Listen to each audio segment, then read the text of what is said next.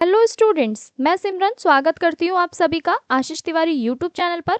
आशा करती हूँ कि आप सभी अच्छे होंगे। मैं इस चैनल के माध्यम से आप सभी के लिए लेकर आई हूँ एक वीडियो लेक्चर सीरीज जो बेस्ड है आपके बीए प्रोग्राम सेमेस्टर 1 और 2 पर। ये वीडियो सीरीज आपकी सेमेस्टर 1 और 2 पर बेस्ड रहने वाली है, जिसके अंदर हम कवर करेंगे हिंदी भाषा, संप्रेषण और संचार। ये आपका एबिलिटी एनहांसमेंट का सब्जेक्ट है। अगर आप DU रेगुलर या अदर किसी यूनिवर्सिटी से इस सब्जेक्ट को पढ़ रहे हैं तो ये वीडियो सीरीज आपके लिए बहुत ज़्यादा यूजफुल रहने वाली है। हर चैप्टर को हम सिंपल भाषा में समझेंगे, इंपॉर्टेंट कॉन्सेप्ट को ब्रेक डाउन करेंगे और एग्जाम के पॉइंट ऑफ व्यू से भी डिस्कस करेंगे। तो स्टूडेंट्स, अगर आप DU रेगुलर, NC-वेब या अदर किसी यूनिवर्सिटी से कोई और सब्जेक्ट समझना चाहते हैं, पढ़ना चाहते हैं आसानी से, तो आप हमारे चैनल को ज़रूर सब्सक्राइब कर लीजिएगा। इसके साथ साथ वीडियो को लाइक करना ना भूलें और अपने दोस्तों के साथ भी शेयर करना ना भूलें। तो स्टूडेंट्स, अगर आप DU से रिलेटेड डेली अपडेट पाना चाहते हैं, डेली अपडेट्स को जानना चाहते हैं, तो आप हमारा व्हाट्सअप चैनल ज़रूर फॉलो कर लीजिएगा, क्योंकि आपको DU से रिलेटेड सारी डेली अपडेट्स हमारे व्हाट्सअप चैनल पर मिलती हैं। तो चलिए स्टार्ट करते हैं आज की वीडियो को।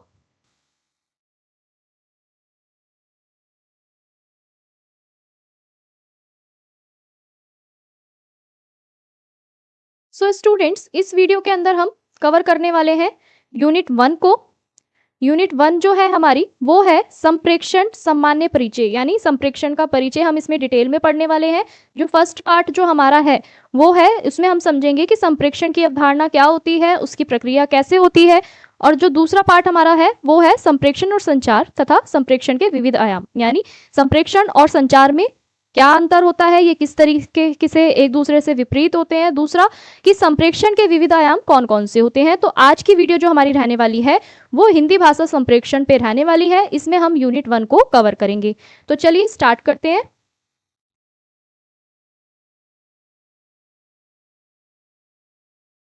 सो स्टूडेंट्स, हमारी जो फर्स्ट यूनिट है इसमें हम जानेंगे कि सामान्य परिचय क्या होता है संप्रेक्षण का, और संप्रेक्षण की अवधारणा और उसकी प्रक्रिया किस प्रकार होती है।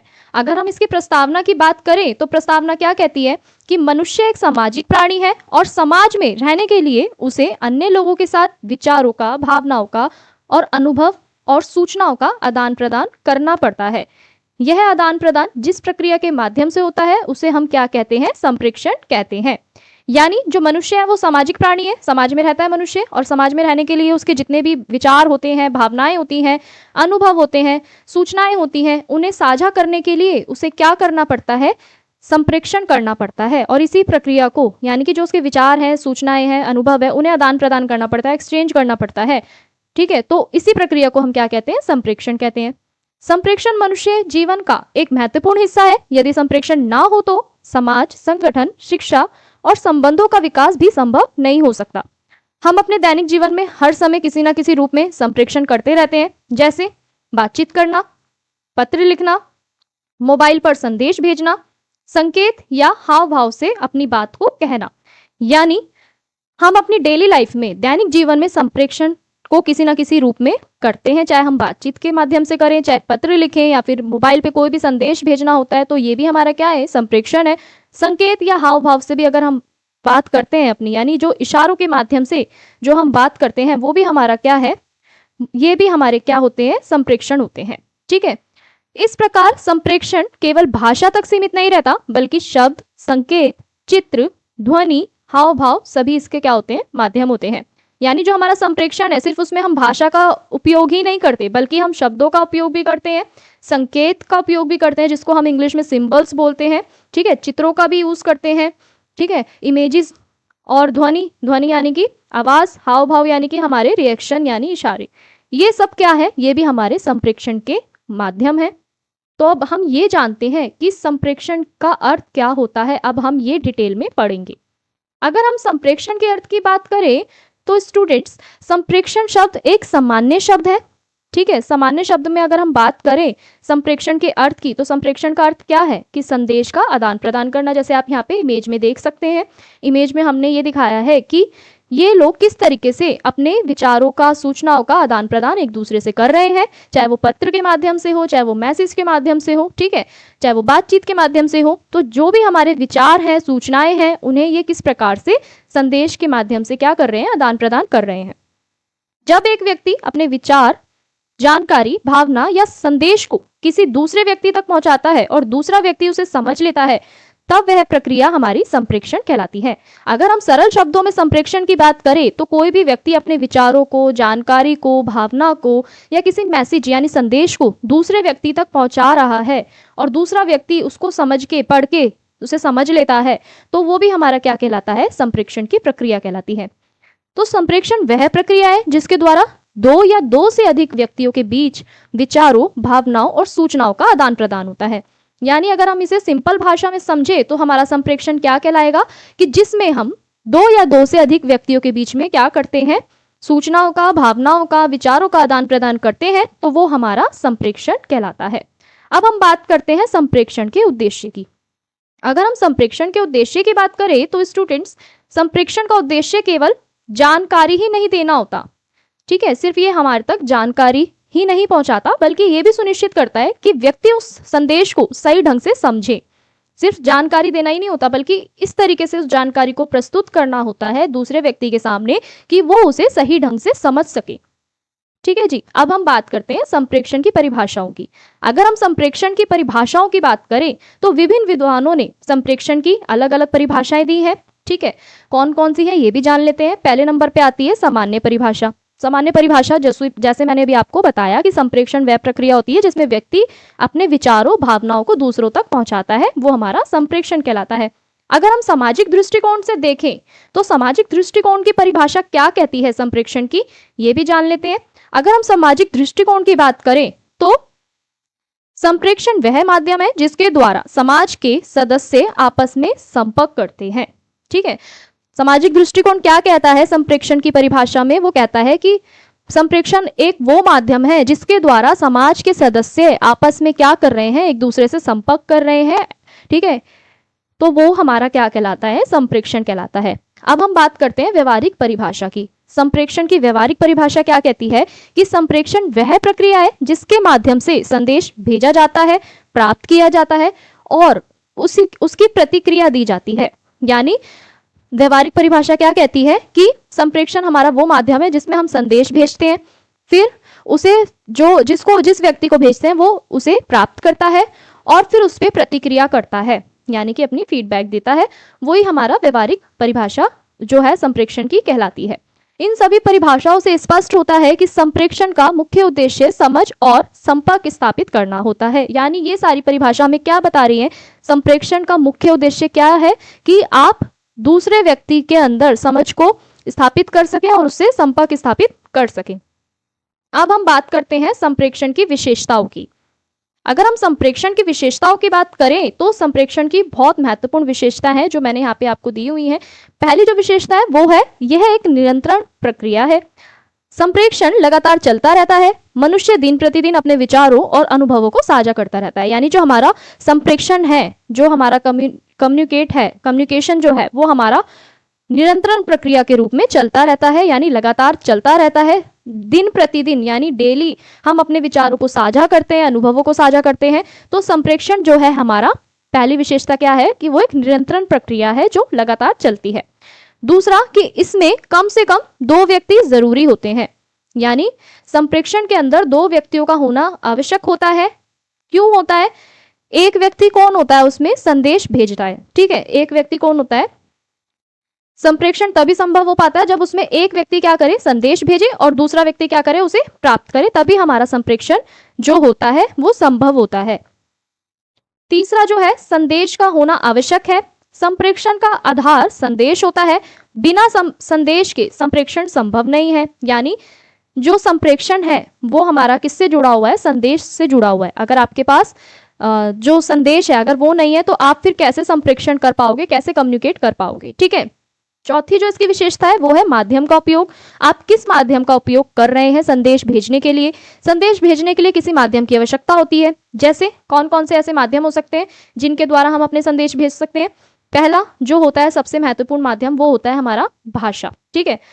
सबसे पहला जो माध्यम है संदेश भेजने का वो है भाषा, कि आप किस भाषा में अपना संदेश भेज रहे हैं, ठीक है। दूसरा फोन के माध्यम से भेज रहे हैं, ठीक है। तीसरा इंटरनेट, चौथा पत्र, पांचवा जो है हमारा वो है संकेत। तो ये जो पांचों माध्यम है ये आपके संप्रेक्षण के माध्यम है। ठीक है, अब हम बात करते हैं पांचवी विशेषता की, इसकी समझ का होना जरूरी। ठीक है, संप्रेक्षण की जो पांचवी विशेषता है वो क्या कहती है कि समझ का होना बहुत ज्यादा जरूरी होता है। यदि संदेश समझ में नहीं आता तो संप्रेक्षण हमारा अधूरा माना जाता है। ठीक है, अगर आप कोई भी मैसेज लिख रहे हैं, कोई भी संदेश या कोई भी जानकारी पहुंचा रहे हैं, अगर वो समझ में नहीं आ रहा है तो तब भी हमारा क्या होगा, वो संप्रेक्षण जो है उसे अधूरा माना जाएगा। इसकी छठी विशेषता जो है वो है प्रतिक्रिया आवश्यक होती है इसमें। जब प्राप्तकर्ता संदेश को समझकर प्रतिक्रिया देता है तो संप्रेक्षण पूर्ण रूप से माना जाता है। जैसे अभी आप सपोज दैट ये दो व्यक्ति हैं, ठीक है, ये दो व्यक्ति ने क्या करा, पहले वाले व्यक्ति ने क्या करा, मैसेज पहुंचाया दूसरे व्यक्ति को, ठीक है, और दूसरे व्यक्ति ने उस मैसेज को पढ़ के उस पर तुरंत प्रतिक्रिया दी। ठीक है, तो तब क्या माना जाएगा, हमारा संप्रेक्षण पूरी तरीके से माना जाएगा। ठीक है, सक्सेसफुल माना जाएगा। अदरवाइज दूसरा व्यक्ति उसको पढ़ के समझ से उसकी प्रतिक्रिया नहीं दे पा रहा तो फिर हमारा जो संप्रेक्षण है वो अधूरा माना जाएगा। इसलिए प्रतिक्रिया भी होना हमारे संप्रेक्षण में बहुत ज्यादा महत्वपूर्ण होता है। तो अब हम ये जानते हैं कि संप्रेक्षण की प्रक्रिया क्या होती है। संप्रेक्षण की प्रक्रिया क्या होती है ये भी जान लेते हैं। संप्रेक्षण एक व्यवस्थित प्रक्रिया है जिसमें कई चरण शामिल होते हैं। संप्रेक्षण की प्रक्रिया को समझने के लिए इसके प्रमुख तत्वों को जानना आवश्यक होता है। जैसे मैंने यहाँ पे एक डायग्राम के थ्रू आपको समझाया है कि संप्रेक्षण की प्रक्रिया किस तरीके से होती है। सबसे पहले जो होता है वो संप्रेक्षक होता है। ठीक है, सबसे पहले कौन होता है, प्रेक्षक होता है। प्रेक्षक क्या करता है, संदेश पहुंचाता है। फिर वो संदेश के अंदर जो हमारे संकेत भाव है, ठीक है, वो संकेत भाव किसके पास पहुंचते हैं, प्राप्तकर्ता के पास। ठीक है, यानी रिसीवर के पास, जो हमारा मैसेज को रिसीव कर रहा है। फिर वो प्राप्तकर्ता क्या करता है, उस मैसेज के अंदर जितने भी आपके जो भाव होते हैं, जो निहित भाव होते हैं, उसको समझने की कोशिश करता है, समझता है। देन उसके बाद फिर वो क्या करता है, अपना संदेश यानी फिर वो अपनी प्रतिक्रिया लिखता है, मैसेज करता है। ठीक है, देन उसके बाद फिर जो आपका ये जो संदेश है उसकी क्या की जाती है, प्रतिपुष्टि की जाती है, यानी उस पर फीडबैक दी जाती है। किसको, हमारे प्रेक्षक को। तो ये जो है हमारी संप्रेक्षण की प्रक्रिया है और संप्रेक्षण की प्रक्रिया जो है वो बहुत ज्यादा महत्वपूर्ण मानी जाती है। इसी के थ्रू हम संप्रेक्षण के अंदर जो समझ है दो व्यक्तियों के बीच में किसी संदेश को या सूचना को देने की, वो इसी के द्वारा ही क्या की जाती है, विकसित की जाती है या स्थापित की जाती है। तो ये थी हमारी संप्रेक्षण की प्रक्रिया। अब हम ये जानते हैं कि संप्रेक्षण को प्रभावित करने वाले ऐसे कौन कौन से मुख्य तत्व होते हैं जो संप्रेक्षण को प्रभावित करते हैं। सबसे पहले पहला जो तत्व है संप्रेक्षण का, वो है प्रेक्षक, जिसको हम इंग्लिश में सेंडर बोलते हैं। ठीक है, यहाँ पे मैंने आपको डायग्राम दिया हुआ है। ठीक है, यहाँ पे सबसे पहले जो होता है हमारा प्रेक्षक होता है, जिसको हम संदेश वाहक भी बोलते हैं। ठीक है, संदेश वाहक के नाम से भी ये जाना जाता है। प्रेक्षक वह व्यक्ति होता है जो संदेश भेजता है, और अगर हम इसके उदाहरण की बात करें तो वो कोई भी हो सकता है प्रेक्षक हमारा, चाहे वो हमारे शिक्षक हो, टीचर्स हो, या कोई लेखक हो, ठीक है, या कोई वक्ता हो। ये सब क्या है, हमारे एक तरीके से सेंडर है। ठीक है, यानी कि प्रेक्षक है। ये क्या कर रहे हैं, हम तक संदेश पहुंचाने का कार्य कर रहे हैं। अगर हम प्रेक्षक के कार्य की बात करें तो कौन कौन से होते हैं। पहला जो कार्य होता है उसका प्रेक्षक का जो पहला कार्य होता है वो होता है संदेश तैयार करना। दूसरा, उसे स्पष्ट रूप में प्रस्तुत करना। यानी जो प्रेक्षक है, जो सेंडर है, उसका क्या काम है कि वो जो भी मैसेज, जो भी इंफॉर्मेशन, जो भी संदेश लोगों तक पहुंचा रहा है, किसी दूसरे व्यक्ति तक पहुंचा रहा है, वो कैसा हो, एक स्पष्ट रूप से हो, यानी उसमें जो हो भाषा का जो उपयोग किया गया हो वो सरल रूप में किया गया हो। ठीक है, जो आसानी से हम उसका जो अर्थ है उसको निहित कर सके, यानी कि समझ सके, अर्थ निहित कर सके, मैसेज को पढ़ के समझ सके कि उस मैसेज में क्या लिखा है। तो प्रेक्षक का सबसे पहला कार्य क्या होता है कि वो मैसेज को यानी संदेश को तैयार करता है। दूसरा, उसको इस तरीके से तैयार करता है कि वो स्पष्ट रूप से लोगों को समझ में आ सके। तो ये थे हमारे प्रेक्षक के कार्य। अब हम बात करते हैं संदेश की। संदेश यानी मैसेज। अगर हम संदेश की बात करें तो संदेश वह जानकारी, विचार, भावना होती है जिसे प्रेक्षक दूसरे व्यक्ति तक पहुंचाना चाहता है। यानी संदेश मतलब होता है हमारा मैसेज। जो भी हम मैसेज भेजते हैं वो किसी पे भी आधारित हो सकता है, चाहे आप जानकारी के उससे मैसेज भेज रहे हैं, या कोई विचार साझा कर रहे हैं मैसेज के थ्रू, या अपनी भावनाओं को स्पष्ट कर रहे हैं मैसेज के थ्रू, तो वो क्या होता है, प्रेक्षक द्वारा भेजा जाता है। ठीक है, जो हमारा संदेश होता है वो किसके द्वारा भेजा जाता है, प्रेक्षक के द्वारा, जैसा अभी हमने ऊपर जाना, और प्रेक्षक के द्वारा दूसरे व्यक्ति तक पहुंचाया जाता है इस संदेश को। ठीक है, संदेश कई प्रकार के हो सकते हैं। ठीक है। जैसा अभी मैंने आपको बताया, कोई इंफॉर्मेशन के लिए हो सकता है, सूचना के लिए, अगर आपको दूसरे व्यक्ति तक कोई सूचना पहुंचानी है तो भी आप संदेश भेज सकते हैं, मैसेज भेज सकते हैं। दूसरा, आदेश, या आप किसी को कोई ऑर्डर कर रहे हैं या किसी को कोई आदेश दे रहे हैं तो भी आपका मैसेज हो सकता है। तीसरा, कोई सुझाव, यानी अगर आप किसी को सजेस्ट कर रहे हैं, कोई सलाह दे रहे हैं तो भी आप मैसेज का उपयोग कर सकते हैं। चौथा, भावना, अगर आप कोई अपनी भावना को स्पष्ट कर रहे हैं, बता रहे हैं मैसेज के माध्यम से, संदेश के माध्यम से, तो वो भी आपका क्या होगा, उसका माध्यम होगा संप्रेषण का। अब हम बात करते हैं एनकोडिंग की। एनकोडिंग क्या होता है? एनकोडिंग, जब प्रेषक अपने विचारों को शब्दों के, संकेतों के या प्रतीकों में बदलता है तो उसे हम क्या कहते हैं? एनकोडिंग कहते हैं। एनकोडिंग क्या होती है कि एक प्रेषक है, यानी कि एक सेंडर है जो मैसेज को क्या कर रहा है, सेंड कर रहा है। अब उसने अपने क्या करा, उसने अब अपने मैसेज के अंदर कुछ ऐसे चिन्हों का या ऐसे शब्दों का या ऐसे कोई सिंबल्स का यूज करा कि जिससे कोई सामने वाला जो व्यक्ति है उसको देखते के साथ ही क्या कर लेगा, समझ लेगा। तो इसी को ही हम क्या कहते हैं? एनकोडिंग कहते हैं। यानी जो सेंडर होता है, जो मैसेज को सेंड कर रहा होता है, वो अपने मैसेज के अंदर क्या करता है, कुछ ऐसे संकेतों का, कुछ ऐसे सिंबल्स का यूज करता है जिससे उसका जो मैसेज है वो आसानी से समझा जा सके। तो वो ही हमारा क्या कहलाता है? एनकोडिंग कहलाता है। अगर हम इसके उदाहरण की बात करें तो शिक्षक किसी विषय को समझाने के लिए भाषा का प्रयोग करते हैं। ठीक है, जैसे कोई भी, अगर कोई एक टीचर है, वो किसी भी टॉपिक को अगर समझाना चाहते हैं, किसी सब्जेक्ट को समझाना चाहते हैं, तो वो भी इनका उपयोग कर सकते हैं, इस भाषा का उपयोग कर सकते हैं एनकोडिंग के थ्रू। अब हम बात करते हैं माध्यम की। माध्यम क्या होता है? माध्यम वो होता है जिसको हम मीडियम या चैनल के नाम से भी जानते हैं, लेकिन हम ये जान लेते हैं कि संप्रेषण में मीडियम, चैनल या माध्यम का जो मीनिंग है वो क्या होता है। मीडियम वह रास्ता होता है जिसके द्वारा हम संदेश भेज सकते हैं। ठीक है, मीडियम, या हम इसको चैनल के नाम से भी जानते हैं। जैसे अब कोई सेंडर है, वो अपना मैसेज भेज रहा है, ठीक है, तो वो क्या कर रहा है, उसको बोल के भी भेज सकता है, लिख के भी भेज सकता है। ठीक है, तो मीडियम का मतलब होता है वह रास्ता जिसके द्वारा हम क्या कर रहे हैं, संदेश भेज रहे हैं। मुख्य मीडियम कौन कौन से हमारे देखे जाते हैं संप्रेषण में? पहला होता है मौखिक, जिसमें हम बोलकर भेजते हैं। ठीक है, बोलकर, जैसे कोई टीचर जो है वो बोलकर समझा रही है, पढ़ा रही है आपको, तो वो क्या है, आपका मौखिक भाषा है। ठीक है, वो कौन सा मीडियम है? वो हमारा संदेश भेजने का कौन सा मीडियम है? ठीक है, और दूसरा मौखिक मीडियम है, यानी कि मौखिक भाषा है। दूसरा लिखित, जैसे अब मैं आपको लिखकर बता रही हूँ, तो ये हमारा क्या है, लिखित भाषा है। टेलीफोन आप सभी को पता ही है, टेलीफोन के माध्यम से हम वॉइस नोट भी भेज सकते हैं, मैसेज भी लिख सकते हैं। इंटरनेट, रेडियो, टीवी, ये सब हमारे क्या है, ये संदेश भेजने के हमारे माध्यम है, चैनल है, मीडियम है। चाहे आप इसे कुछ किसी भी नाम से आप इसको जान सकते हैं, मीडियम के नाम से भी, माध्यम के नाम से भी, चैनल के नाम से भी। तो ये सारे हमारे संदेश भेजने के माध्यम होते हैं। मौखिक भाषा, लिखित भाषा, टेलीफोन, इंटरनेट, रेडियो और टीवी, ये सब हमारे संदेश भेजने के माध्यम होते हैं। अब हम बात करते हैं प्राप्तकर्ता की। प्राप्तकर्ता कौन होता है? प्राप्तकर्ता की अगर हम बात करें तो प्राप्तकर्ता को हम रिसीवर के नाम से जानते हैं इंग्लिश में। प्राप्तकर्ता वह व्यक्ति होता है जो संदेश को क्या कर रहा होता है, प्राप्त कर रहा होता है। और वो कोई भी हो सकता है, कोई भी छात्र हो सकता है, कोई भी पाठक हो सकता है, कोई भी श्रोता हो सकता है। तो प्राप्तकर्ता वो होता है जो मैसेज को रिसीव करता है, यानी संदेश को हमारे प्राप्त करता है, वो ही हमारा प्राप्तकर्ता कहलाता है। इसमें कोई भी स्टूडेंट्स हो सकते हैं, छात्र हो सकते हैं, जैसे कोई टीचर या कोई शिक्षक आपको कुछ समझा रहे हैं, कोई मैसेज दे रहे हैं, इन्फॉर्मेशन दे रहे हैं, तो आप क्या कर रहे हैं, उसे प्राप्त कर रहे हैं इन्फॉर्मेशन को, तो वो भी क्या है, हमारा रिसीवर कहलाएगा, प्राप्तकर्ता कहलाएगा। कोई पाठक है, ठीक है, वो भी क्या कर रहा है, कोई संदेश को प्राप्त कर रहा है, तो वो भी हमारा क्या कहलाएगा, रिसीवर कहलाएगा, प्राप्तकर्ता कहलाएगा। ऐसे ही कोई श्रोता है, यानी जो आपकी बात को बहुत ध्यान से सुन रहा है, जैसे अब मैं आपको पढ़ा रही हूँ, आप मेरी वीडियो को ध्यान से सुन रहे हैं, तो वो भी, आप भी क्या कहलाओगे, रिसीवर कहलाओगे, यानी प्राप्तकर्ता कहलाओगे, क्योंकि मैं आपके अपने थ्रू आपके पास क्या कर रही हूँ, अपना एक संदेश पहुंचा रही हूँ, वीडियो के माध्यम से आपको समझा रही हूँ।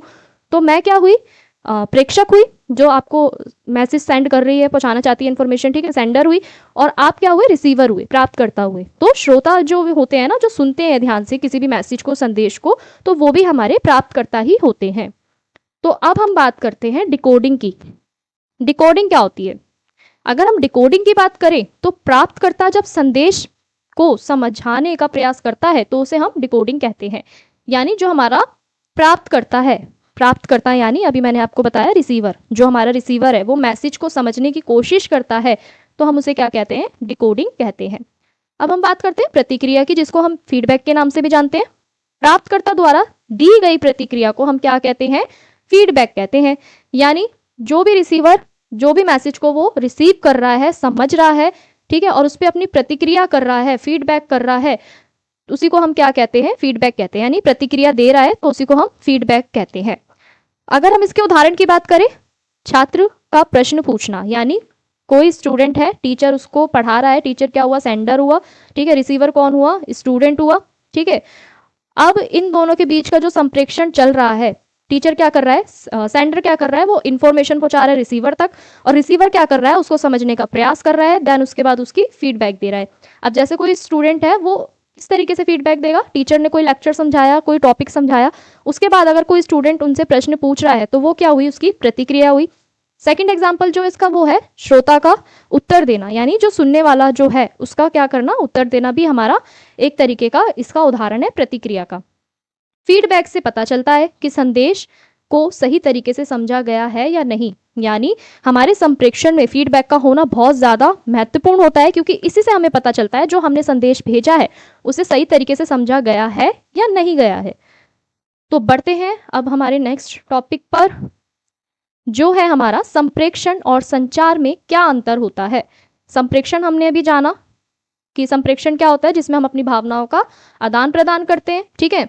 और संचार क्या होता है, अब संचार और संप्रेषण में अंतर हम जानेंगे। अक्सर संप्रेषण और संचार शब्दों का उपयोग एक अर्थ में ही किया जाता है, लेकिन इनमें थोड़ा अंतर होता है।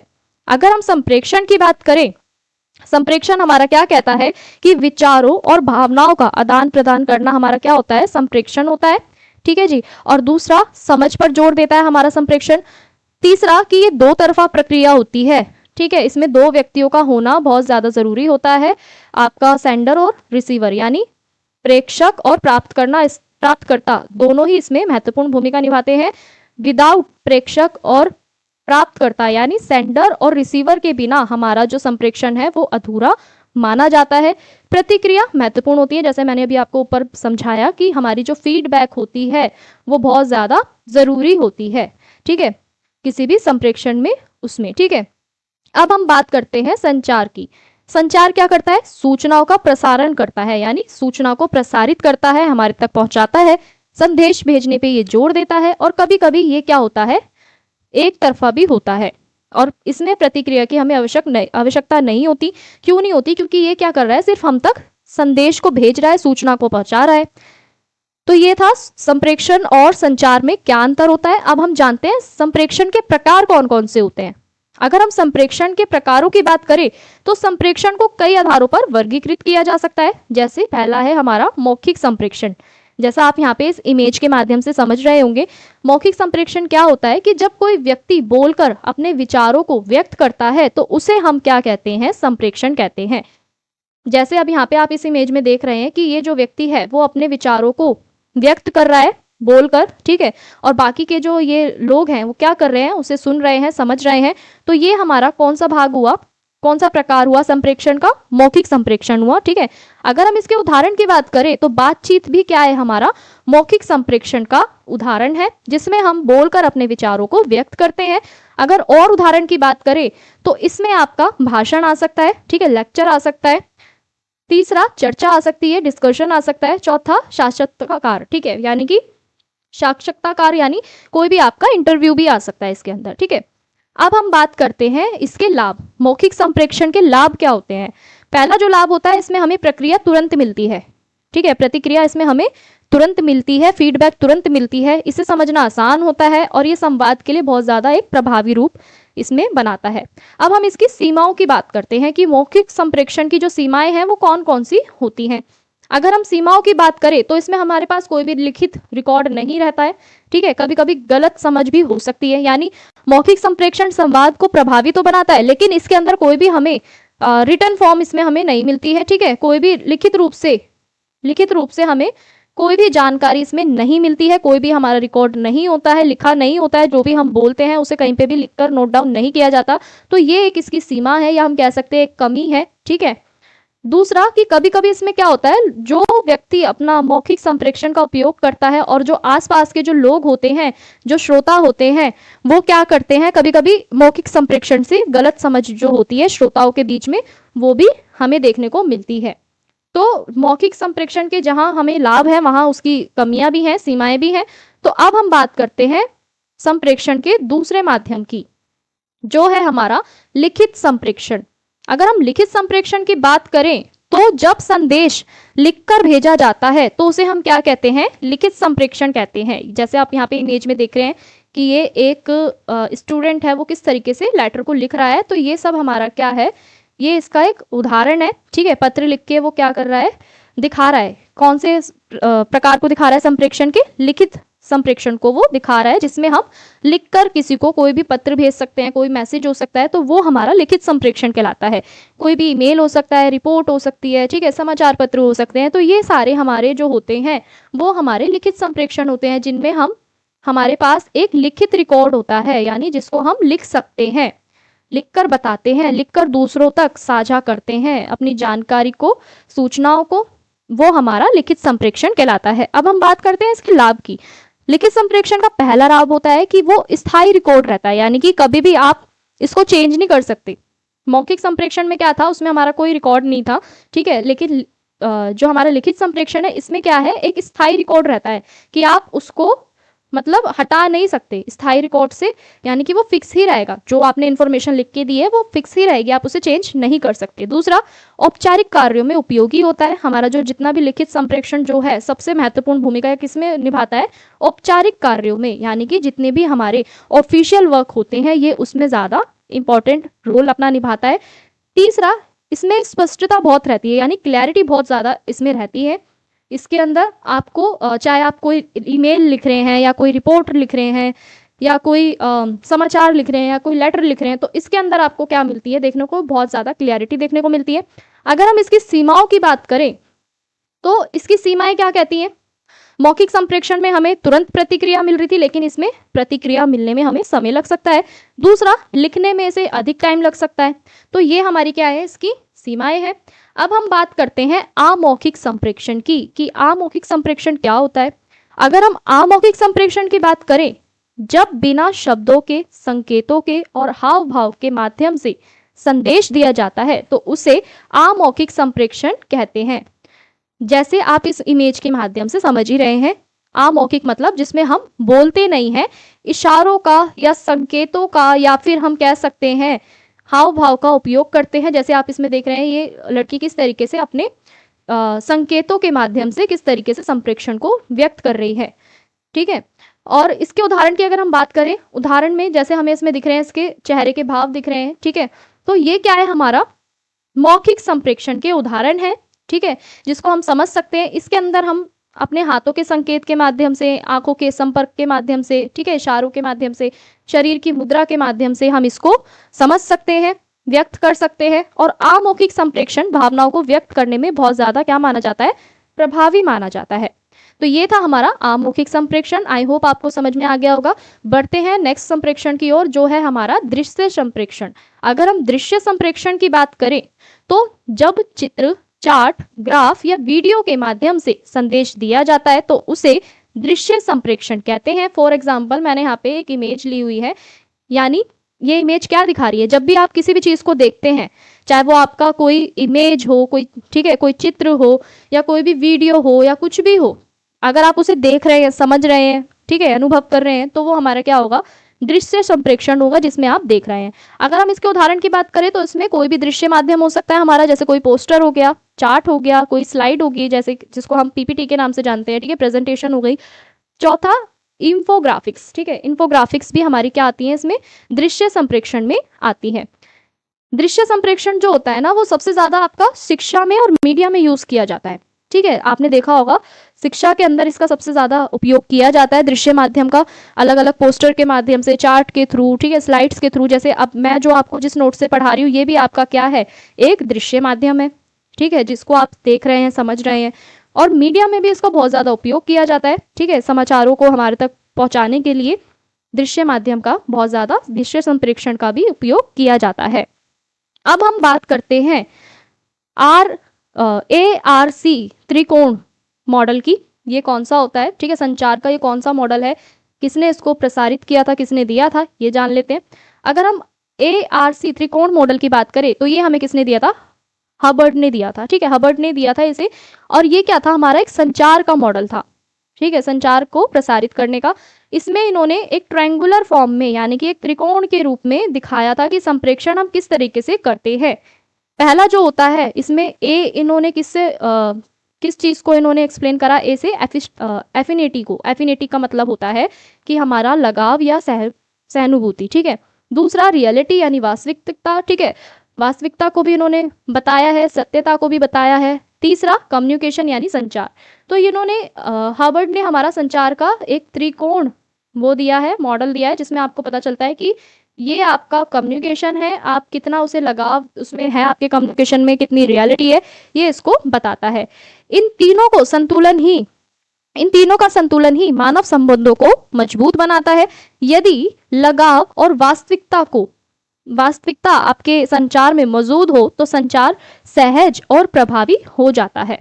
यानी ये मॉडल क्या बताता है कि अगर आपके संचार में लगाव है, वास्तविकता है, ठीक है, ये सब मौजूद है, तो आपका जो संचार है वो और भी ज्यादा सहज हो जाएगा, और भी ज्यादा प्रभावी हो जाएगा।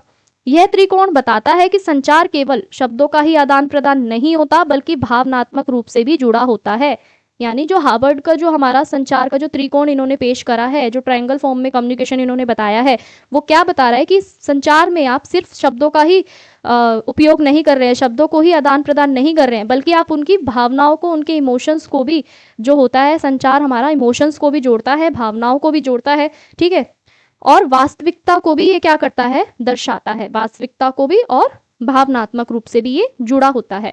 अब हम बात करते हैं प्रभावी संप्रेषण की। अगर हम प्रभावी संप्रेषण की बात करें तो प्रभावी संप्रेषण क्या होता है कि जब संदेश स्पष्ट रूप से समझ में आए और सही प्रतिक्रिया प्राप्त हो तो उसे हम प्रभावी संप्रेषण कहते हैं।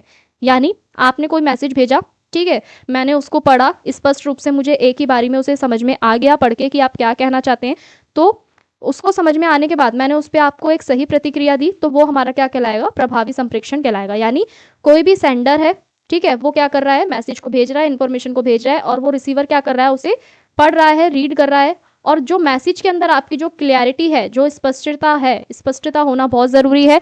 अगर रिसीवर ने उस मैसेज को रिसीव करा, ठीक है, रिसीव करने के बाद उसने क्या करा, उसमें जो क्लियरिटी थी, ठीक है, उसने उस मैसेज को रीड करने के बाद उसे समझा और उसके ऊपर क्या दी, अपनी फीडबैक दी, किसको, सेंडर को, तो उसी को हम क्या कहते हैं, प्रभावी संप्रेषण कहते हैं।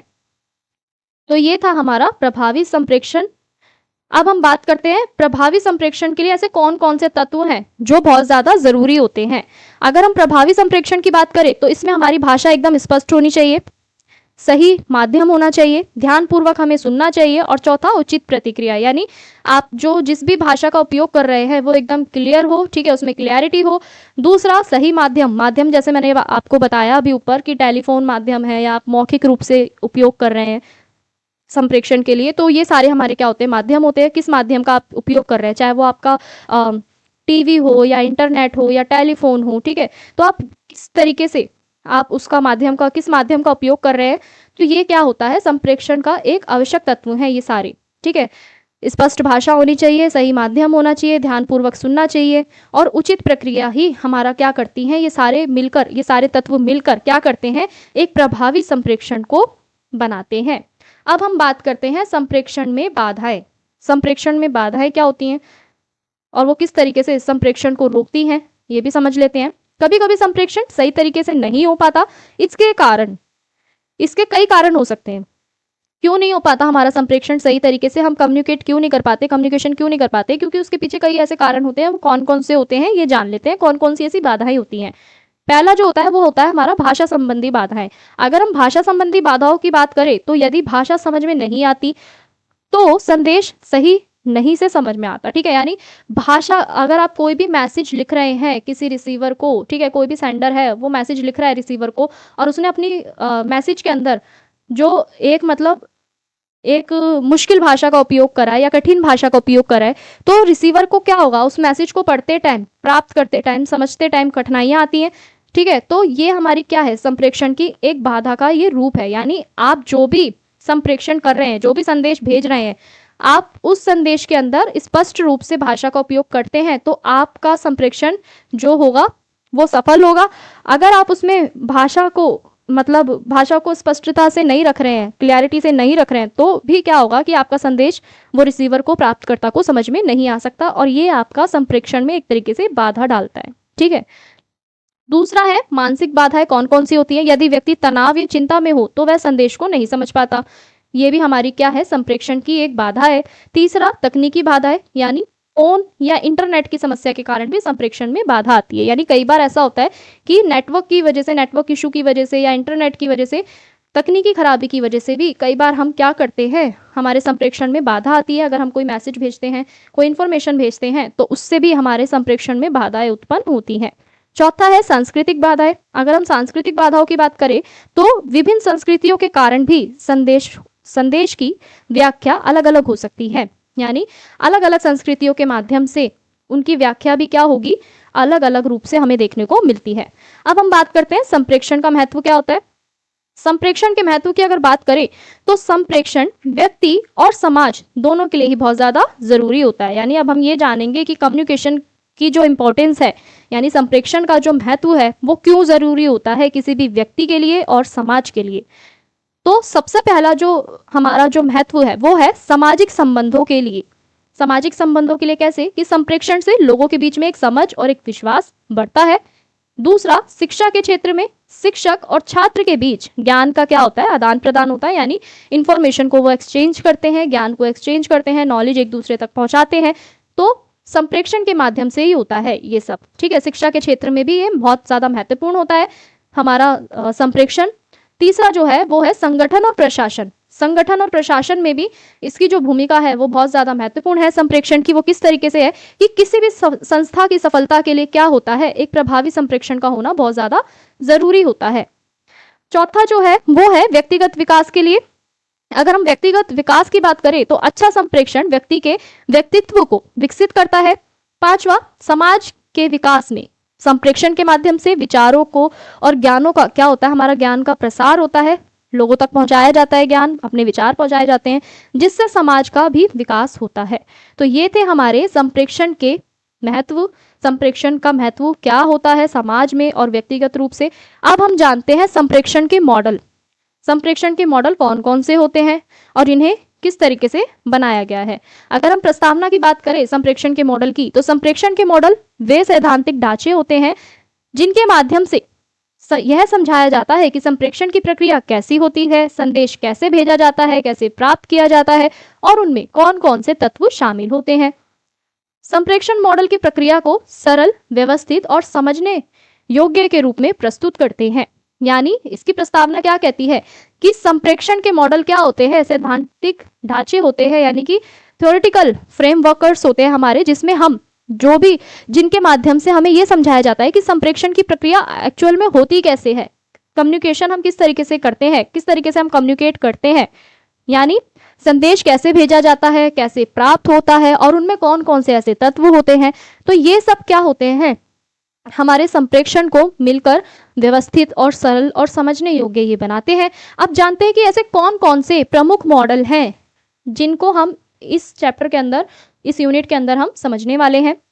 पहला जो हमारा मॉडल है वो है अरस्तू का मॉडल, दूसरा लॉसवेल का मॉडल, तीसरा शैनन और वीवर का मॉडल, चौथा श्रैम का मॉडल, पांचवा बेरलो का मॉडल, छठा ऑसगुड श्रैम मॉडल और सातवां न्यूकॉम्ब मॉडल। अब हम इन्हें क्या करते हैं, ये हमें साथ के साथ मॉडल दिए हुए हैं, ठीक है। कुछ आप ये जो जितने भी मॉडल हैं ये आपकी मैंने बुक से ही लिए हैं, ठीक है, और ये बहुत ज़्यादा इंपॉर्टेंट है एग्जाम के पॉइंट ऑफ व्यू से, इसलिए आप इसे ध्यान से समझिएगा। अब हम इन मॉडल्स को डिटेल में पढ़ते हैं। सबसे पहला जो मॉडल है वो है हमारा अरस्तू का संप्रेषण मॉडल। अगर हम अरस्तू के संप्रेषण की मॉडल की बात करें तो ये संप्रेषण का सबसे प्राचीन मॉडल माना जाता है। इसे ग्रीक दार्शनिक अरस्तू ने प्रस्तुत किया था। यानी अरस्तू का जो संप्रेषण का मॉडल है वो किस तरीके से दिखाता है कि सबसे पहले क्या होता है, सेंडर होता है, सेंडर अपनी जो भी स्पीच होती है वो बोलता है, ठीक है, फिर उसको क्या किया जाता है, रिसीवर तक उसको पहुंचाया जाता है और फिर रिसीवर उसको समझता है, जो कि एक बहुत ज़्यादा इफेक्टिव वो जो होता है कम्युनिकेशन, ये बहुत ज़्यादा इफेक्टिव होता है। तो अरस्तु का संप्रेक्षण का मॉडल सबसे पुराना मॉडल माना जाता है। और अरस्तु जो थे वो ग्रीक के दार्शनिक थे, फिलोसोफर थे। इन्होंने अपना ये जो मॉडल है वो प्रस्तुत किया है। आपको स्टूडेंट्स ये भी ध्यान रखना है, जिस तरीके से मैंने आपको डायग्राम बना के दिया है, जब भी अगर क्वेश्चन आता है एग्जाम में कि अरस्तु का संप्रेक्षण का मॉडल समझाइए, तो अगर आप अच्छे मार्क्स गेन करना चाहते हैं तो आप अपने उसमें डेफिनेशन लिखने के बाद, संप्रेक्षण के मॉडल की डेफिनेशन लिखने के बाद अरस्तु के आप इस डायग्राम को बना देते हैं तो आपको एक अच्छे मार्क्स आप इसमें गेन कर सकते हैं आप अपने एग्जाम में, ठीक है। तो इसलिए मैं आपके लिए यहाँ पे इमेजेस के थ्रू लेकर आई हूँ ताकि आप इजीली समझ सकें अरस्तु का मॉडल किस तरीके से होता है, और इसको आपको बनाना भी है एग्जाम में, ठीक है। और इससे आप अच्छे मार्क्स गेन कर सकते हैं, तो इसलिए इसको ध्यान से समझिएगा। अब हम बात करते हैं मॉडल के प्रमुख तत्व, यानी अरस्तु का जो मॉडल था उसमें कौन कौन से इन्होंने तत्व को शामिल किया था। इन्होंने 5 ऐसे प्रमुख भाग रखे थे। पहला जो था वक्ता था, यानी स्पीकर। दूसरा जो था भाषण, जो स्पीच दे रहा था, भाषण दे रहा था। तीसरा जो श्रोता था, यानी जो ऑडियंस थी। चौथा जो था वो अफसर था, ठीक है। और पांचवा जो था वो प्रभाव था। इन्होंने 5 ऐसे ये मॉडल के जो थे तत्व वो दिए थे। अब हम बात करते हैं कार्य प्रणाली की। अगर हम इसके कार्य प्रणाली की बात करें इस मॉडल की, तो इस मॉडल में वक्ता अपने भाषण के माध्यम से श्रोताओं को क्या करता है, प्रभावित करने का प्रयास करता है। उदाहरण की अगर हम बात करें, यदि कोई नेता सभा में भाषण देता है तो वो भी क्या है, हमारा एक तरीके से प्रभावी मॉडल कहलाता है, ठीक है। अगर हम उदाहरण हमने देखा कि यदि कोई नेता सभा में भाषण दे रहा है तो क्या है, नेता क्या है उसके अंदर, वक्ता है, ठीक है। भाषण क्या है, संदेश है। और जनता क्या है, वो एक तरीके से श्रोता है। तो ये जो 5 तत्व उन्होंने दिए थे अपने मॉडल के अंदर, उसके ये उदाहरण है। अगर हम इसकी विशेषता की बात करें तो ये मॉडल भाषण और सार्वजनिक संवाद पर आधारित था।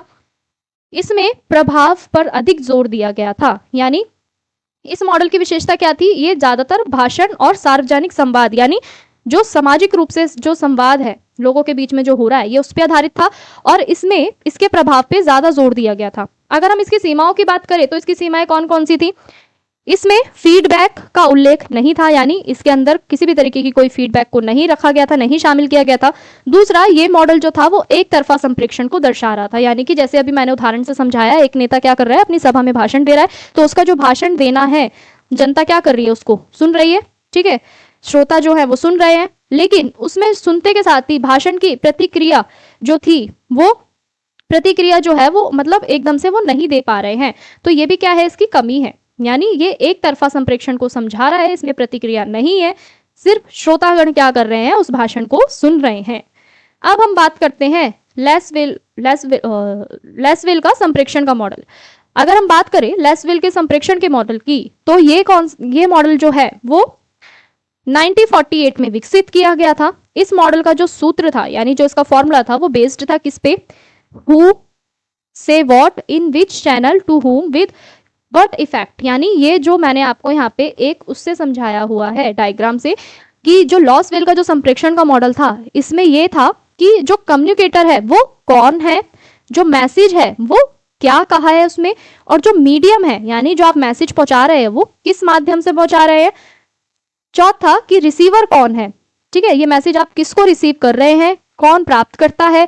पांचवा, कि इफेक्टिव, ये किस प्रभाव से ये जो है इफेक्टिव है, किस तरीके से ये इफेक्टिव हो रहा है। तो लॉसवेल का जो मॉडल था वो इसी पे आधारित था कि जो संप्रेक्षण है वो कौन है, मैसेज क्या है, किस माध्यम से मैसेज पहुंचाया जा रहा है, और रिसीवर जो है, जो प्राप्त करता है, वो कौन है, किससे पहुंचाया जा रहा है, ठीक है। और ये जो है हमारा संप्रेक्षण वो कितना प्रभावी है।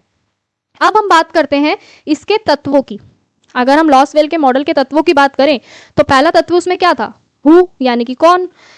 अब संदेश भेजने वाला व्यक्ति भी हो सकता है, कोई संस्था भी हो सकती है। यानी लॉसवेल ने अपने मॉडल में जो कौन शब्द था वो किसके लिए उपयोग किया गया था, जो हमारा प्रेक्षक है, ठीक है, जो हमारा सेंडर है, यानी कि कौन सेंडर है। और सेंडर में हमारा व्यक्तिगत रूप से भी हो सकता है, ठीक है, और संस्था के रूप से भी कोई भी हो सकता है। व्यक्तिगत अगर हम बात करें तो जैसे कि मैं आपको कोई मैसेज भेज रही हूँ, मैं सेंडर हूँ, मैं आपको कोई मैसेज भेज रही हूँ, आप उसे रिसीव कर रहे हैं, ठीक है। तो इसमें प्रेक्षक कौन हुआ, मैं हुई, ठीक है। प्रेक्षक कौन हुआ, मैं हुई, यानी कि किसने मैसेज भेजा, मैंने। तो मैं कौन हुई, व्यक्ति, ठीक है। व्यक्तिगत रूप से भी आप इसमें भेज सकते हैं। दूसरा, किसी संस्था के माध्यम से कोई इन्फॉर्मेशन हो सकती है, ठीक है, या आपके कोई कॉलेज से रिलेटेड, फॉर एग्जांपल कॉलेज ने कोई मैसेज भेजा, तो इसका जो पहला तत्व जो हुआ वो क्या हुआ कि कौन है, मैसेज भेजने वाला कौन है, व्यक्तिगत रूप से है या सांस्कृतिक रूप से है, ठीक है। दूसरा जो है वो है व्हाट से मतलब क्या कहता है वो मैसेज, संदेश देता है या कोई सूचना देता है। तीसरा किस माध्यम से देता है, संदेश भेजने का क्या माध्यम है, मैसेज है, कॉल है, इंटरनेट है, क्या है, ठीक है।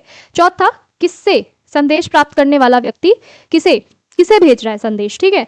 पांचवा जो है उसका क्या प्रभाव है संदेश भेजने का, संदेश का क्या वो है परिणाम है, किस वजह से वो संदेश भेज रहा है। तो ये थे हमारे सारे तत्व। अगर हम इसके उदाहरण की बात करें तो उदाहरण कौन कौन से हैं, यदि टीवी पे समाचार आता है, ठीक है, तो समाचार कौन भेज रहा है, हमारा समाचार चैनल, क्या कहना चाहता है हम तक समाचार यानी सूचना पहुंचाना चाहता है। तीसरा चैनल यानी कि माध्यम, क्या माध्यम, किस माध्यम से भेज रहा है तो वो है टीवी, और किस लिए भेज रहा है, किसके लिए भेज रहा है, दर्शकों के लिए। और क्यों भेज रहा है, जानकारी प्राप्त होना, किस लिए इफेक्टिव है, जानकारी प्राप्त करने के लिए दर्शकों को। तो ये थे हमारे तत्व। अब हम बात करते हैं इस मॉडल की विशेषताएं कौन कौन सी थी। अगर हम इस मॉडल की विशेषताओं की बात करें तो ये मॉडल मास कम्युनिकेशन को समझाने में बहुत ज्यादा उपयोगी है। इसमें प्रभाव को विशेष रूप से इसमें ध्यान दिया गया है। अगर इसकी सीमाओं की बात करें तो इसमें भी फीडबैक को स्पष्ट रूप से शामिल नहीं किया गया है। तो ये था हमारा लॉसवेल का कम्युनिकेशन का मॉडल यानी कि संप्रेषण का मॉडल। अब हम बात करते हैं शैनन और वीवर के मॉडल की। शैनन और वीवर के मॉडल की अगर हम बात करें, शैनन और वीवर का मॉडल क्या कहता है, ये मॉडल हमारा 1949 में विकसित किया गया था। ये जो था एक तकनीकी संप्रेषण प्रणाली पे आधारित था, ठीक है, उसको समझने के लिए बनाया गया था कि किस तरीके से मतलब तकनीकों से संबंधित था। फॉर एग्जाम्पल जैसे आप कंप्यूटर है, कंप्यूटर के अंदर आप क्या कर रहे हैं, आपका जो जितना भी डाटा है वो क्या है, एक इन्फॉर्मेशन का सोर्स है। कंप्यूटर क्या है, एक इन्फॉर्मेशन का सोर्स है, फिर वो ट्रांसमिट हो रहा है, फिर वो सिग्नल दे रहा है, ठीक है। तो मतलब जो शैनन और वीवर का जो मॉडल था वो तकनीकी संप्रेषण पे था, ठीक है। सबसे पहले आपका इंफॉर्मेशन सोर्स आता है, फिर आपका जो आता है वो आता है मैसेज के बाद वो मैसेज किस तरीके से ट्रांसमिट होता है, ट्रांसमिट के बाद वो क्या सिग्नल देता है, फिर सिग्नल रिसीवर तक पहुंचता है, और फिर जो सिग्नल रिसीवर को मिलता है, रिसीव करता है, वो किस तरीके से अपनी डेस्टिनेशन पे पहुंचता है। अब जो सिग्नल है और जो रिसीवर सिग्नल है, रिसीव जो सिग्नल है, इन दोनों के बीच में क्या होती है, नॉइज जनरेट होती है। अगर हम इसके उदाहरण की बात करें तो जैसे फोन कॉल पे अगर आप किसी को कोई मैसेज भेज रहे हैं, कुछ बता रहे हैं, तो उसके बीच का जो सिग्नल जो होता है, रिसीवर का जो सिग्नल होता है और जो आपका जो मैसेज का ट्रांसमिट का जो सिग्नल होता है, ठीक है, उसके बीच में जो एक नॉइज जो होती है, क्रिएट होती है, वो हमारा नॉइज सोर्स कहलाता है। अगर हम इस मॉडल के मुख्य तत्वों की बात करें तो कौन कौन से हैं, सबसे पहला है सूचना स्रोत, ठीक है, जिसको हम इंफॉर्मेशन के नाम से जानते हैं, इंफॉर्मेशन सोर्स के नाम से। दूसरा प्रेषक यानी ट्रांसमिट। तीसरा संकेत यानी सिग्नल। चौथा शोर या फिर नॉइज, और जो पांचवा है वो है प्राप्तकर्ता यानी रिसीवर। तो ये थे इस मॉडल के 5 ऐसे मुख्य तत्व। अब हम आगे बढ़ते हैं, 6 ऐसे मॉडल थे। जो था हमारा लास्ट वाला जो था वो था हमारा डेस्टिनेशन, ठीक है, डेस्टिनेशन भी जो था वो इस मॉडल का तत्व था। अब हम बात करते हैं इसकी कार्यप्रणाली की। अगर हम कार्यप्रणाली की बात करें तो सूचना स्रोत संदेश तैयार करता है। दूसरा संप्रेषण संदेश को संकेत में बदलता है। तीसरा संकेत माध्यम से भेजा जाता है। चौथा बीच में शोर आ सकता है। पांचवा प्राप्तकर्ता संदेश को समझता है, ठीक है। तो ये थी इसकी कार्यप्रणाली की, किस तरीके से वर्क करता है। उसके बाद है अब इसके उसको जानते हैं हम नॉइज को। नॉइज यानी शोर क्या होता है, नॉइज वह बाधा होती है जो संदेश को सही ढंग से पहुंचने से रोकती है। यानी नॉइज जो होता है हमारा संप्रेषण में एक वो बाधा होती है जब हम किसी को संदेश पहुंचा रहे होते हैं और सही संदेश जो होता है वो सही ढंग से नहीं पहुंच पाता, पहुंचने में जो होती है परेशानी होती है, कठिनाइयां होती है, या उन्हें रोकती है। जो शोर जो होता है, नॉइज जो होता है, वो उन्हें रोकती है। अगर हम उदाहरण की बात करें तो फोन में आवाज का टूटना, ठीक है, कई बार क्या होता है नेटवर्क इशू के कारण हमारी जो वॉइस होती है वो ब्रेक होती है। तो ये भी क्या है, संदेश क्या हो रहा है, इससे आप तक पहुंचने में उसको कठिनाइयां हो रही है, ठीक है, रुक रहा है संदेश। तो ये भी क्या है, हमारी शोर की एक बाधा है, ठीक है, शोर एक बाधा है इस तरीके से। दूसरा जो है नेटवर्क समस्या, नेटवर्क की उपस्थिति ना होने के कारण भी हमारा जो संदेश है वो सही ढंग से नहीं पहुंच सकता।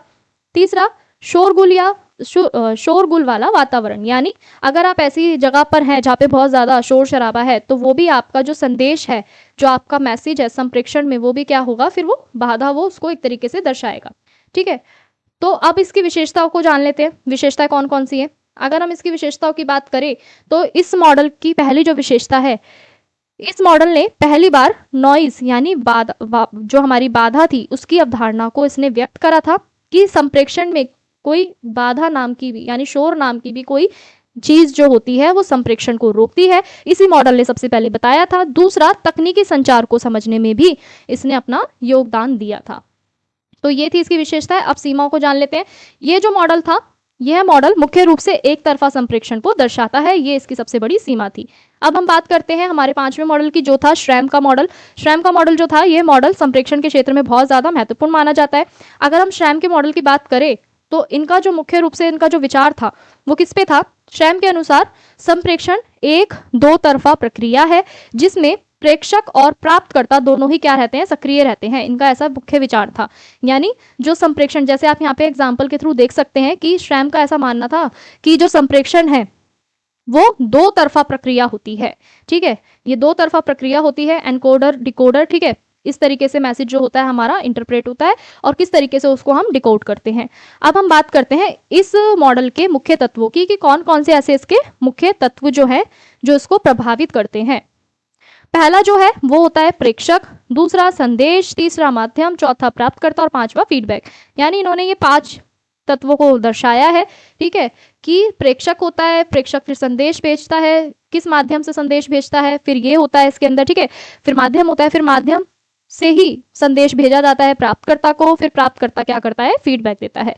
तो ये था हमारा इस तत्व के मुख्य, इस मॉडल के मुख्य तत्व। ठीक है, अब हम बात करते हैं फील्ड ऑफ एक्सपीरियंस। अगर हम इसकी एक्सपीरियंस की बात करें तो फील्ड ऑफ एक्सपीरियंस क्या था इस मॉडल के अंदर? फील्ड ऑफ एक्सपीरियंस क्या था, किसको कहा गया था? श्रैम ने एक महत्वपूर्ण अवधारणा दी थी जिसे फील्ड ऑफ एक्सपीरियंस कहा जाता है। अगर हम इसके अर्थ की बात करें तो प्रेषक और प्राप्तकर्ता के अनुभव, ज्ञान समान होने चाहिए, तभी संदेश सही ढंग से प्राप्त हो सकता है। अगर उदाहरण की बात करें, यदि शिक्षक बहुत कठिन भाषा में पढ़ाए तो छात्र उसे समझ नहीं पाएंगे। यानी फील्ड ऑफ एक्सपीरियंस इसमें होना बहुत ज़्यादा ज़रूरी है। इसका मतलब हुआ कि जो हमारा सेंडर है और जो रिसीवर है, इन दोनों के बीच में इस तरीके की हमारी इंफॉर्मेशन, इस तरीके की हमारी नॉलेज जो है वो होनी चाहिए। ठीक है, कि जिसको हम आसानी से सही ढंग से समझ सके। अगर हम उदाहरण की बात करें तो जैसे कोई शिक्षक है, वो अगर बहुत कठिन भाषा का उपयोग करता है अधिगम के दौरान, पढ़ाते दौरान, ठीक है, पढ़ाने के दौरान, तो छात्र क्या करेंगे? उसको ढंग से समझ नहीं पाएंगे। तो ये हमारा जो होगा संप्रेषण नहीं कहलाएगा, हमारा संप्रेषण अधूरा रह जाएगा। ठीक है, एक तरीके से बाधा इसमें उत्पन्न होगी। अगर हम इसकी विशेषता की बात करें तो इस मॉडल की विशेषता क्या थी? इसके अंदर फीडबैक शामिल थी और ये जो मॉडल था हमारा दो तरफा प्रक्रिया से माना जाता है। यानी दो तरफा इसमें प्रक्रिया थी और इसमें फीडबैक भी शामिल थी। बढ़ते हैं अब नेक्स्ट मॉडल की ओर, जो हमारा था नेक्स्ट मॉडल जो था हमारा वो था बैरलो का SMCR मॉडल। अगर हम बैरलो की बात करें तो ये जो मॉडल था बैरलो ने 1960 में विकसित किया था।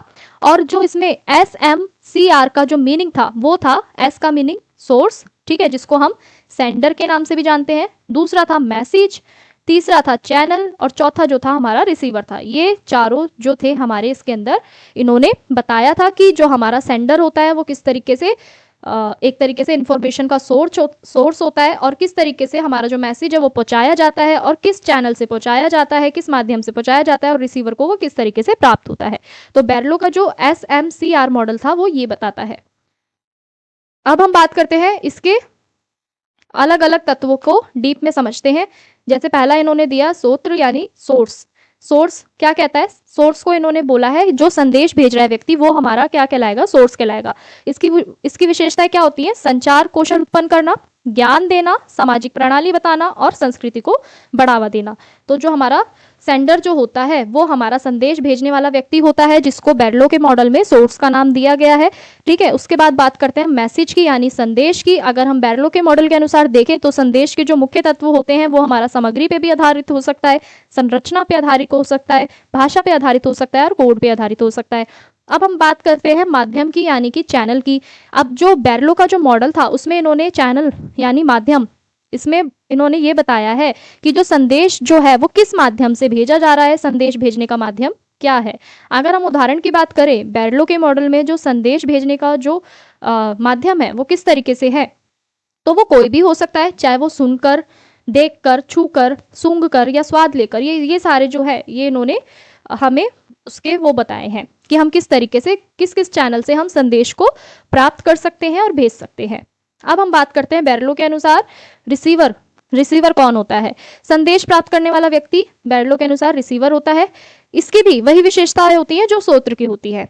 ठीक है। अगर हम इसकी विशेषता की बात करें तो ये मॉडल जो है संप्रेक्षण के मनोवैज्ञानिक और सामाजिक पहलू दोनों को समझाता है, यानी ये जो होता है हमारा मनोवैज्ञानिक से संबंधित भी होता है और समाज से संबंधित भी होता है। अगर इसकी सीमा की बात करें तो इसमें फीडबैक का उल्लेख पूरी तरीके से नहीं किया जाता, यानी बैडलो के मॉडल में भी क्या नहीं थी, फीडबैक की जो प्रक्रिया थी वो भी नहीं थी। अब हम बात करते हैं ओसगुड श्रैम मॉडल की।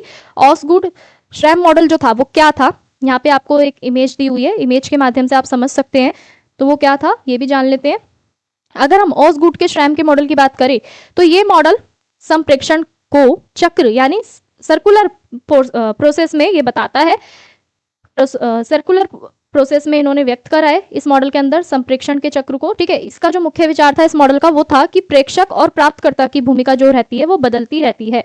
जैसे जैसे हमारी इंफॉर्मेशन ट्रांसमिट होती रहती है वैसी वैसी प्रेक्षक और प्राप्तकर्ता की भी जो भूमिका है वो बदलती रहती है।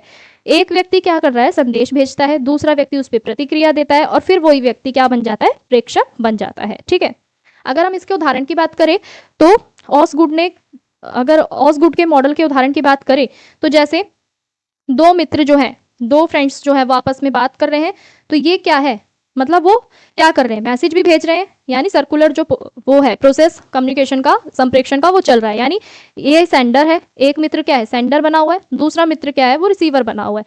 ठीक है, अब इस मित्र ने क्या करा, रिसीवर तक अपना कोई भी सूचना या कोई भी बात को पहुंचाया, दूसरे फ्रेंड ने मिलकर क्या करा, उसे समझा और फिर जो रिसीवर था वो क्या बन गया, सेंडर बन गया, और जो सेंडर था फिर वो रिसीवर बन गया। तो मतलब ये सर्कुलर प्रोसेस में ओसगुड का जो वो है मॉडल जो है वो इस तरीके से चलता रहता है, दो लोगों के बीच में आपसी बातचीत भी हमारा इसका उदाहरण है।